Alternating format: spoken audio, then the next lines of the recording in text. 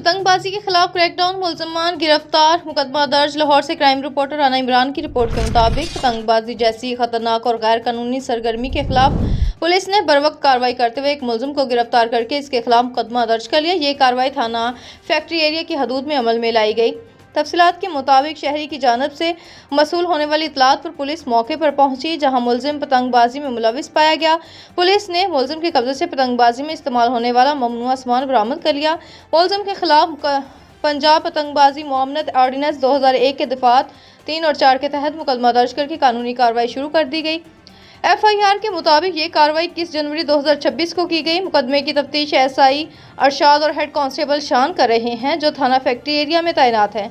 Police के मुताबिक पतंगबाजी न सिर्फ कानूनन जुर्म है, बल्कि कीमती इंसानी जानों के लिए भी संगीन खतरा बन चुकी है। पुलिस हुकाम का कहना है कि शहरी पतंगबाजी से मुकम्मल इज्तनाब करें और इस गैर कानूनी सरगर्मी में मुलविस अफराद के खिलाफ फौरी तौर पर पुलिस को दें, ताकि